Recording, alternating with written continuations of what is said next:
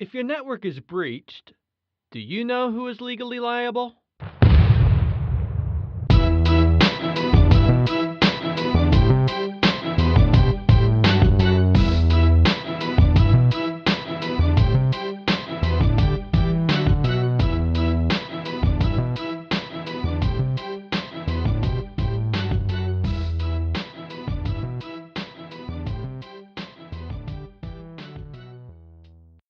Our guest today is Lucas Amodio. He is an associate attorney for the law firm Armstrong Teasdale. In addition to an attorney, Lucas is a computer engineer and certified ethical hacker. He is part of the intellectual property group at Armstrong Teasdale, and he focuses his efforts on high technology and computer-related matters involving patent law. He's a leading expert dealing with the issues that arise due to increased interconnectivity and vulnerability of devices, specifically the Internet of Things. Lucas, I want to thank you for joining our show today. Help me out and tell the listeners just a little bit about yourself and the story of how you got to where you're at. Well, I like to call myself a recovering computer engineer. I started off as a computer programmer for about 6 years, working on radio systems and that communication devices. And later in life, I decided I wanted to go more into the law. And so I went back to law school, and I do work a lot with technology, both in patent law and with new inventions, as well as cybersecurity and learning more and more ways that people can break into devices or break into computers and how to protect yourself from that. So I know that you're a certified ethical hacker. Where did that Yeah. come to play in this whole story of where you're at today? Was that while you were working in networking and a computer engineer, or was that after you received your law degree? No, that was after law. That was after law school.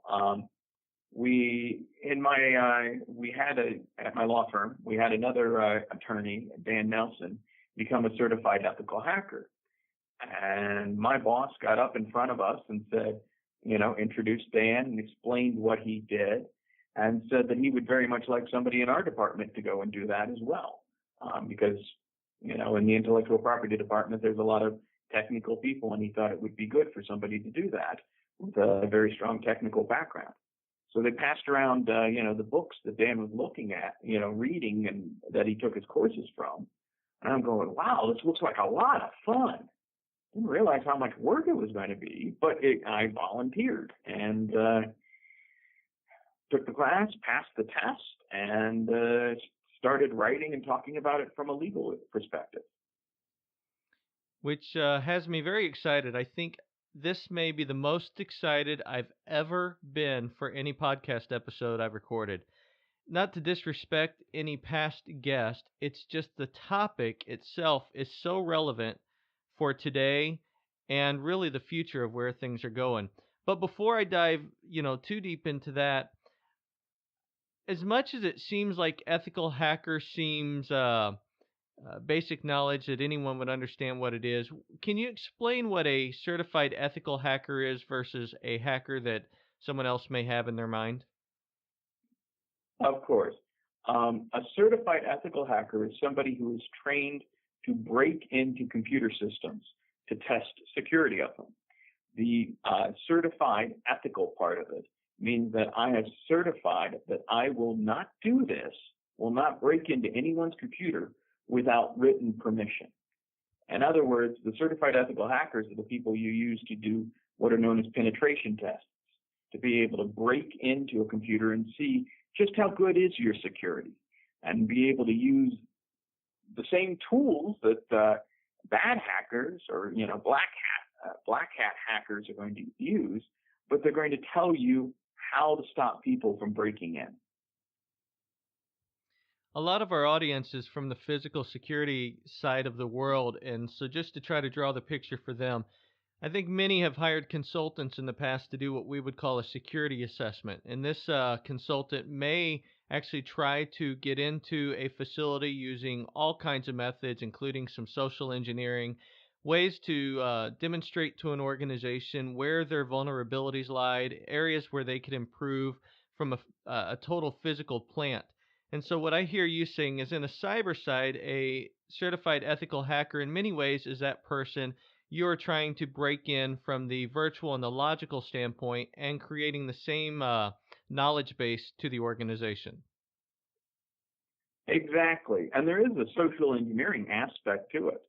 One great example I have is one company was doing a penetration test.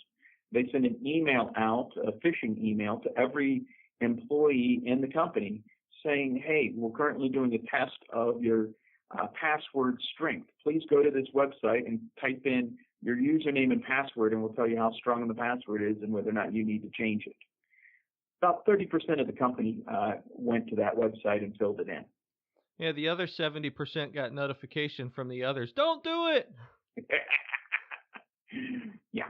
Well, the cybersecurity side of things, it's trying to get into the computer systems, whether that's getting somebody to give you your password, combining that information with the vulnerabilities that may be in the software that's being used, to the even possibility of getting physical access to there. There's great examples of people who go in pretending to be bug spray guys.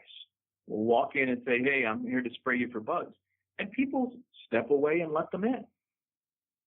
Yeah, and a lot of this really comes down to training our teams, regardless of what it is, to just be aware and make sure they're following the right procedures and really being a little bit skeptical. But you and I both know that there's always a vulnerability. Someone's always going to open themselves or the organization up. Typically, it's not on purpose, a lot of times on accident through responding the wrong way to a phishing email or, like you said, letting in the bug guy. There's always risk.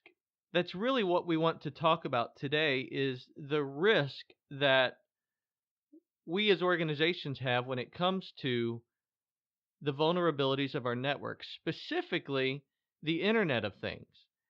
We're living in an age where everybody likes life to be easy, and there's so many devices to make it easy. But there are risks that go along with that. And what's your thoughts as far as the benefits versus risk when it comes to some of the great tools that are coming to our use today? Well, and so just to frame our conversation, when I talk about the Internet of Things, I'm talking about everyday objects that are able to connect to the Internet to send and receive data. I'm not as worried about your phone because that's designed to do that.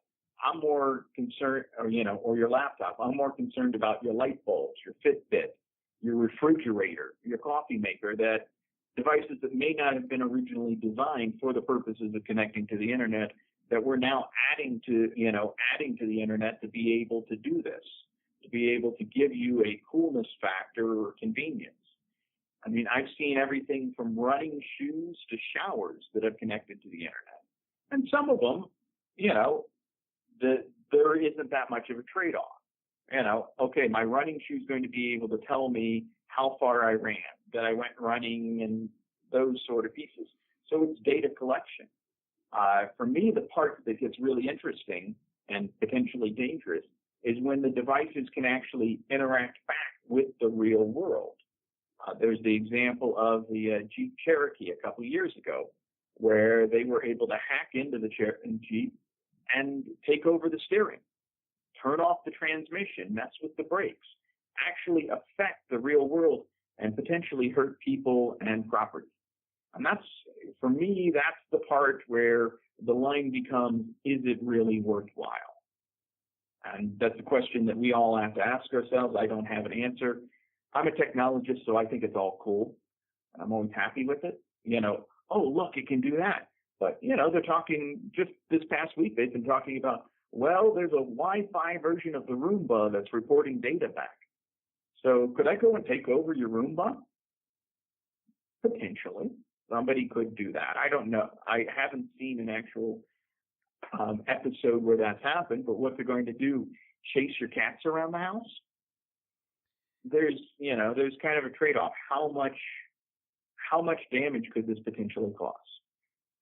And so that's where I start getting really interested, is when you can actually affect the real world, not just the data collection. And one thing that's interesting about you, Lucas, is, and what you bring to this conversation, is not only the knowledge of where the risks lie, but we hope to talk about some case law and some questions we as security managers should be asking ourselves. And the thing we run into most often in our industry is the IP video camera. And they are the most useful tool in providing us data to protect against loss, to provide efficiencies to an organization. We're reaching the point where they provide marketing intel based on the way customers are responding to displays and the analytics we have within these cameras. But these cameras also have come with some media as of late that show that there is a risk and a vulnerability to having them on a network, because a hacker potentially could utilize them as a way to put some damage on a company's network. Yeah. Well, I mean, there's two ways that I've seen this happen. One is the hacker's able to get in there and potentially get information about your company that's supposed to be private through viewing that. Okay, that's one of the risks. But the big one that's come, a lot more recently, is the ability to use an insecure device for a cyber attack. Back in last October, there was that massive cyber attack that took place where Twitter, Airbnb, Netflix, and PayPal were all disrupted in North America and Europe through this massive distributed denial of service attack. And they attacked a domain name system with massive amounts of junk data, and we went back and looked, and it was compromised Internet of Things devices. You've got these IP cameras, smart TV, DVRs, that are all connected to the internet, and they've got a decent processor in there, and they've got communication capability, and they don't need as much of a processor as they have. The IP camera doesn't need as much power as it currently has, but it's easier and pretty inexpensive to get a decent chip on there to be able to do the work that you need. And it can continually send images on a regular basis. Okay, well, all those extra processes can be used by a hacker for multiple reasons. And they can use it to create this cyber attack that happened, where they take it over and let it continue to send you images. They're not even interfering in your use of it. And then when they want to, bam, they give it an instruction to start sending junk data to these addresses. And all this junk data starts to overload the systems that they're attacking.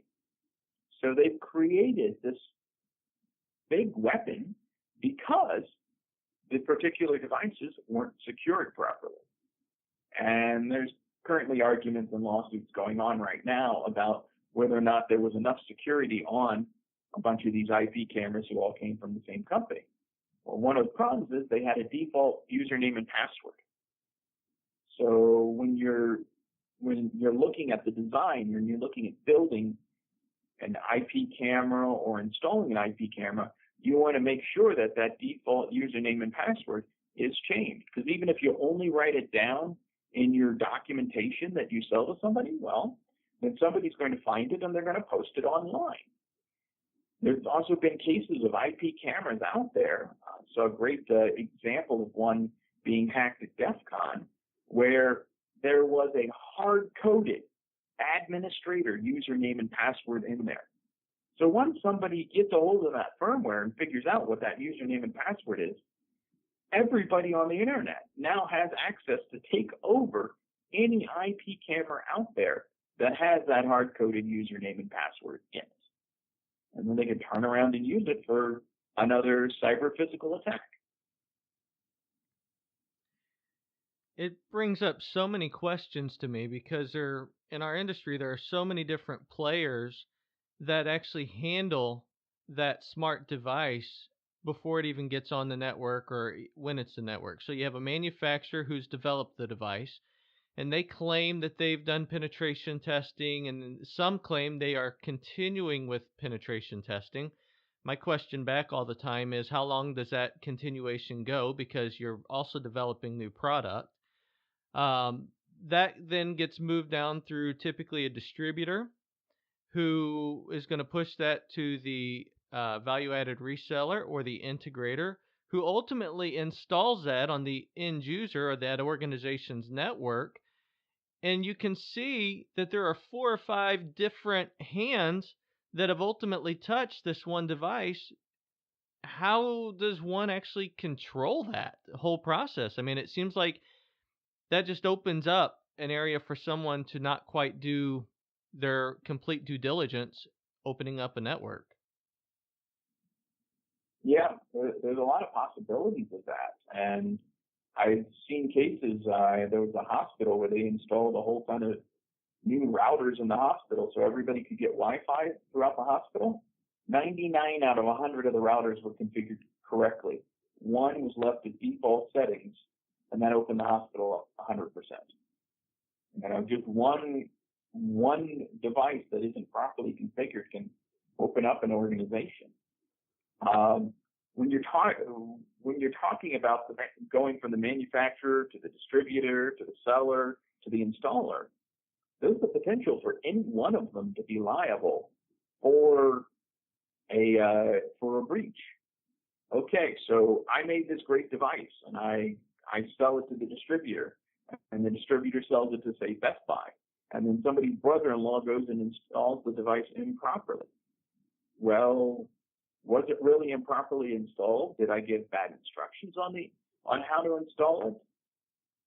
There's a lot of ways that different liability could go along, and there's still arguments right now, and there's going to be arguments for a while. If your data is breached and a whole bunch of credit cards are stolen, what is the damage to everybody whose credit card was stolen? If they get new credit cards and they weren't charged anything, there's no financial exchange. There's no actual, it's hard to prove what their damages are. But if somebody hacks into, say, a Jeep Cherokee and rams it into a China shop, then you've got an idea of what the damages are, because you got the damage to the car, you got the damage to the China shop and all the China that was broken. So then you can actually figure out more what the damages are, which could lead you into what I like to talk about, which is product liability law, which is, the law that covers your device or any other product that you buy being safe for you to use. Well, the question becomes, as these devices start to interact with the real world and be able to affect the real world, like the shower being able to be turned up remotely to 125 degrees or scalding damages, or being able to flood your house because it never stopped running. At that point, you can get into the area of law known as product liability law, and in that area of law, everybody from the assembler, the manufacturer, to the installer is potentially liable, depending on who made the mistake and where the issue was that caused this. Did the manufacturer leave in a hard-coded username and password in there that everybody can get to? Well, then it's the manufacturer's fault. Did the installer not properly install it? Then it's potentially their fault for a breach that might have caused damage to people. And so as we get there, and the cases are just starting. They haven't really figured out this area of law. They're arguing about it. It's going to be quite a few years as this works out. But fortunately, there haven't been any massive cases of people getting hurt. And I'm very thankful for that. But I'm afraid it's on the way. It's probably just a matter of time before there is a case where there is, we'll call it, true hurt. My understanding of law, and I don't have a legal background at all, so I could be off base completely. But my understanding is that many cases are really decided based on the cases that have come before. So a precedence is set, and that helps the judge determine what an outcome should be going forward. So am I hearing you say that really no precedence has been set yet, or are there any cases, a specific case that comes to mind that can help us out a little bit? There haven't been any cases that have been decided yet. There are cases out there. One of the reasons that I mention the product liability law is there's a lot of precedent in how damages are figured out and figuring out who is liable. The question in product liability law is, what is the defect and who caused it? Well, if the defect, and this is where we're making the leap and we're going, this is probably coming, is the defect bad security? A great example of that is on those IP cameras that you have. If I store the username and password on the hard drive in plain text and I transmit them over Wi-Fi in plain text, is that bad security? Yeah, I would say so. And that has actually been said so by the Federal Trade Commission. The same thing. Is it bad security for me to use WEP encryption? Yes. Your comment earlier about not keeping up on the penetration testings. I sell the IP camera to everybody, right? How do they get any updates? Is there an easy way for somebody to update the security on the IP camera to get a firmware update? Or is it once I sell it to you, it's done. I'm not bothering, I'm not doing anything again. And if they find out that all of a sudden that, hey, I can break in very easily, I've now got how many insecure devices that I've sold out there?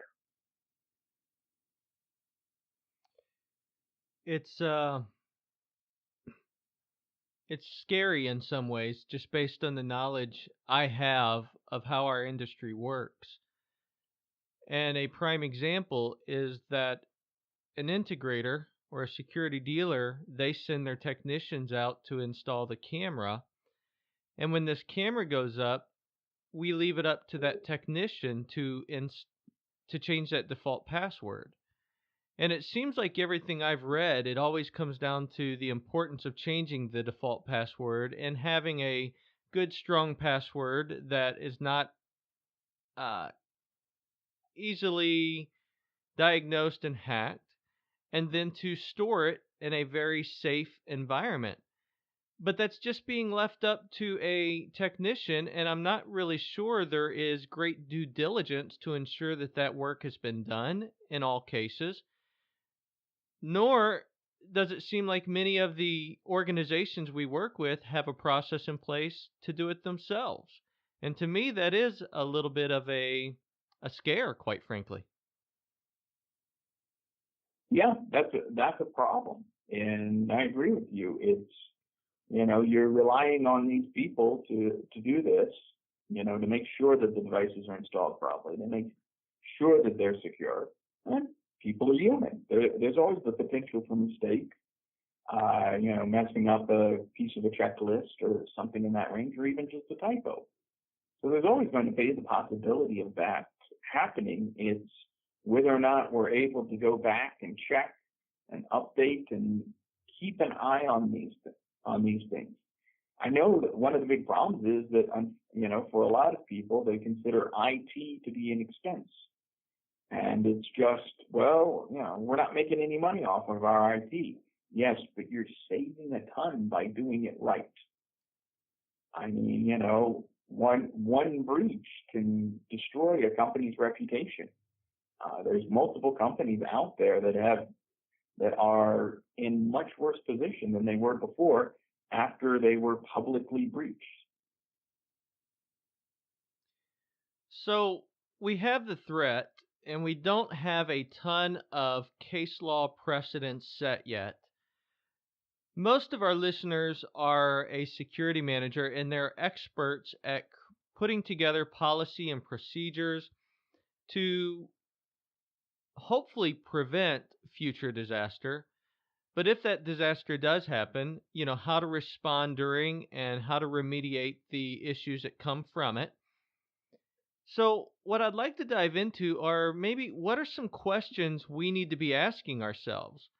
If the case law is not set yet, what can I be doing as an organization? What can I be doing as a manufacturer? What can I be doing as a installing dealer to protect myself the best I can and protect the people I'm working with, and ultimately protect the intellectual property that's so important? Well, the FTC, the Federal Trade Commission, has been suing a lot of people. None of these have been finished cases. They've all effectively settled out of court, but they've been suing people for having bad security.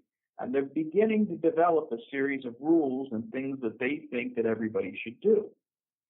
And I'm going to give you a few examples of these. One is they believe that when you're building a product, especially for Internet of Things, you should have a security architecture review. You should perform vulnerability and penetration testing. You should have in one case, you should have code review and software testing for security specifically, and try to implement reasonable training and guidance of employees involving the designing, coding, and testing of products. Now, there are some other pieces that they've requested. Comprehensive security programs, keeping up on the latest updates in security. If you build a product and you sell it, having a way to keep track of what are the security changes in security out there in the market these days. I mean, for a while there, people thought WEP encryption was good, and now we can break it with our own cell phones. So, there's constant changes as people get better at figuring out algorithms and breaking algorithms and pieces in that range. It used to be that you'd want your password to be 6 to 8 characters with 3 special characters and 4 numbers and a capital. And now there's discussions and other methodologies that people are coming with, passphrases, using, adding more characters in to make it easier for somebody to understand. One other thing that the FTC actually requested is third-party assessments of the security program every other year by an outside, a third party, an outside, where they were looking for certified secure software lifecycle professionals or certified information system security professionals. So they were actually mentioning people with specific certifications out there as being good for being able to handle or understand security. And I think as people are developing policies, as people are figuring out the procedures that they're going to have with their corporations, being able to go back and show, hey, not only have we gone through and we've made sure our security is good, but we've asked other people from outside to come and look at it as well. So we have our risk analysis, our security program assessment, our penetration testing figured out by a third party who then we actually paid attention to, reviewed, and went back and now feel that we have done a better job of improving our security. You're never going to get 100% secure. I'm sure all of your listeners understand that. But if you can constantly show that you are improving, you are doing better, when you get breached and federal or state regulators come and talk to you about, well, what did you do? And you can show, well, we were doing everything we could, or we had procedures, we've had policies, we followed through with each and every one of them, then that makes it much easier for you to be able to get out of whatever it was without opening yourselves up to massive liability. So it sounds like the key then, or the key question, or the key takeaway is to focus on educating yourself in these areas, implementing what you can, but the FTC probably is not too excited to hear someone say, well, I didn't know a lot about it, and they plead ignorance. They don't buy that. They they're like, you never heard about Target, you never heard about all these companies that gotten breached, and so they're not buying that particular argument, and I don't think they should. If you're getting out there and selling a product that say connects to the internet, or you're buying a bunch of products that connect to the internet and you're using it for your business, you should be aware that there are plenty of possibilities of potential disaster, and you should be careful. Obviously, everybody understands if I'm driving a car, I need to have car insurance in case an accident happens. Well, if I'm I should lock my doors at night when I'm at home so that people don't break in. Well, you should lock your computer doors at night. You should make sure that you know how your security is and how your security works. It's not just IT's problem. It's all the way up to the C-suite. People need to be aware of that. And some of these C-suite individuals are starting to be held accountable. Maybe not by the government, but certainly by the investors. What do you think about that person who says, "Well, I'm just really not that technology focused"? They utilize that to explain why they don't do email well. We've seen them explain why they don't read an ebook. They just say, I just don't understand technology, and that's kind of their defense to everything. If I heard you correctly, that we're reaching a time where that's no longer going to work. You must become at least slightly aware of how technology is impacting our day-to-day life and the risk and vulnerabilities to it.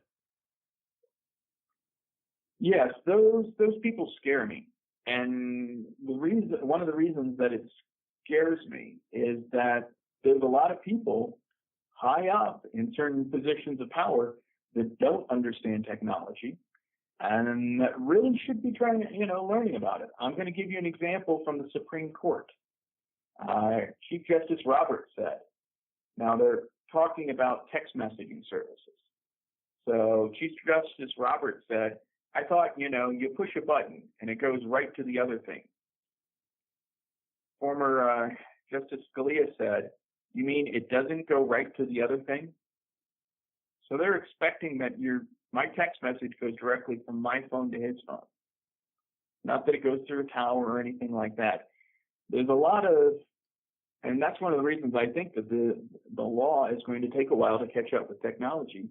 You've got senators and congressmen and other people out there who don't understand the technology. They didn't grow up with it, and they use it or their aides use it, but they may not understand how all that works and interacts. And it's getting better, but it's going to take a while for people who have grown up with this stuff and this technology and understand it and have studied it to get into those positions where they can help make policy. Lucas, we've talked a lot about the risk, and in many ways, one could take this conversation as somewhat of the negative aspect of Internet of Things. In many ways, want the listening audience to know that's exactly what the point was. We want you to understand that there are vulnerabilities out there, and you cannot hide your head in the sand. You must be aware. But Lucas, I got to think that there's some opportunities for us as well. Some opportunities with all of this that we can grab hold of, be aware of. And an idea that came to my mind is when you were talking about the third-party assessments. There's some true business opportunities. There's some career opportunities that will be starting and opening up in the future. So from an optimistic standpoint, what are some opportunities we can take away from all of this? Well, as you were saying, the third party analysis, the penetration testing are great opportunities. We're getting more and more devices on a more and more interconnected basis, and I'm sure there's many different companies that may come out of this particular thing. I have seen hackers go in and take over DVRs for the purposes of Bitcoin mining. What if these extra processes could be used for good? If you remember back in the 90s, we had the SETI screensaver where you would be doing extra processing for SETI. We could, there's the possibility of these extra devices being used for universities and other groups who need extra processing power. Rather than having to spend all the money to buy a supercomputer, they could set it up so that they could use, all the fridges in Denver, the internet connected fridges in Denver, to be able to use their processing power to help out with that sort of stuff. There's a lot of different options as we get more and more, and on my patent side of things, I get to see some of this stuff, but you're getting more and more of these internet connected wearables, and you're almost getting where people have, I've got my internet connected shoes, my Fitbit, my Apple Watch, all that other stuff. And so I'm able to connect to those, and I'm almost got my own personal area network. What other devices could we have to be able to work with this network to make my life easier, to be able to get around, to be able to do what I need to do for my job, handle running my house? There's a lot of interesting smart home stuff. Granted, some of the stuff I don't think is valuable, but there's a lot of different ways that we're going to be coming up with interesting technologies. And I think there's a lot of different possibilities for people to be able to, well, for one, as soon as I became a certified ethical hacker, somebody asked me to monitor their kids. Make sure their kids weren't getting onto bad media through all their phones and that sort of stuff, or blocking that stuff. So there's a lot of different security aspects, from the personal all the way to the massive corporate, that people in, the IT field could see as new openings or new ways to, have a living. So we've mentioned that the key takeaway of this episode is learn, understand, and learn some more. You have learned much in your time. So do you have a resource or two that you could recommend to the listeners where we could go and learn more about the topic we've discussed today?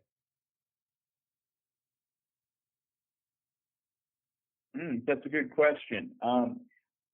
Unfortunately, there isn't a good coherent location for this sort of for the Internet of Things. It's still kind of spread everywhere. There's a lot of places I go and look up data to learn things about. One of the fun ones is I always like going and watching the videos of the talks at DEF CON and other major hacking events, to learn what people are doing and how they're breaking into devices. On the legal side of things, actually, come to think of it, the FTC, the Federal Trade Commission, on their website has several very interesting documents and several discussions on how to make your business more secure. And that would be actually a really good starting place, come to think of it. Definitely appreciate that. And if they're the ones that have been creating the lawsuits, it's probably good to be aware of what they're looking for and starting just there, as you say. Yeah, and I think that'll open up a lot of interesting doors based on the discussions that they've had. Well, Lucas, I'm looking at the clock, and unfortunately, time has run out. It always runs out too soon. We've talked about a lot of things, but is there what I would call that departing comment?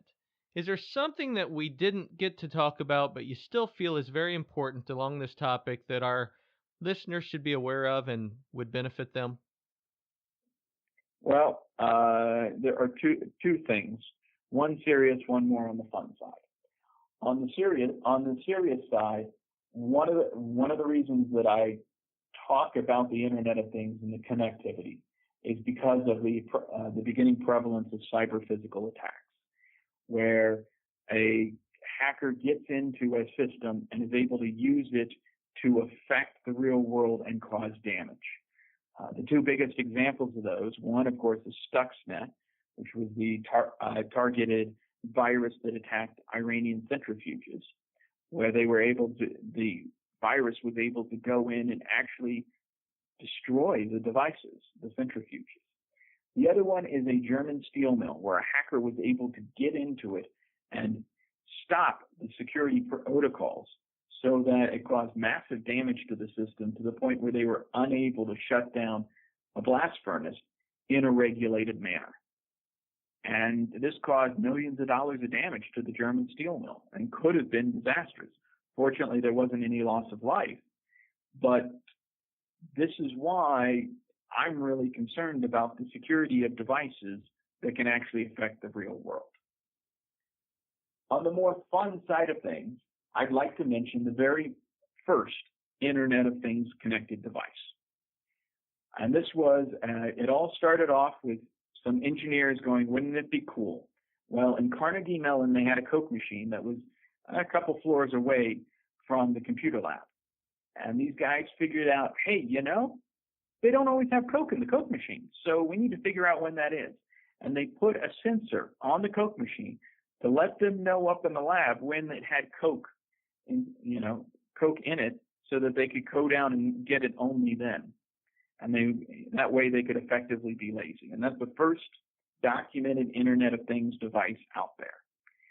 And so from that point of view, I think it's stayed pretty well the same of a bunch of engineers going, wouldn't it be cool if, and connecting a device to be able to remotely access it. We live in an amazing world with lots of really cool things, and it is very exciting. And to our listeners, we all know that what we can see with the IP video today is astounding, and it makes our job so much easier.